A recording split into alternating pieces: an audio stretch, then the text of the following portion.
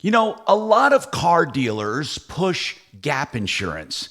They tell you that if you get into an accident, what gap insurance does is pays the difference between what the car is worth and what you owe on it. But that's not always the case. You see, gap insurance is not stupid insurance. It's not, I overpaid for my other cars in the past insurance. Let me explain that. If you overpaid for cars in the past and you go to buy a new one and you still can't pay off the old car, they roll that old balance into the new balance for the new car, and you end up with a big loan. Some of that is negative equity from previous cars. Well, gap insurance isn't going to pay that. They don't pay for past mistakes.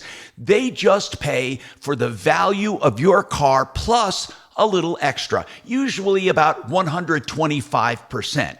So that means if you had a lot of mistakes in the past and you end up with a giant loan on your new car and you get into an accident, you're going to find that Gap will not cover it all. For example, you buy the car for 35 grand, brand new, but your loan is more like 40 because of negative equity.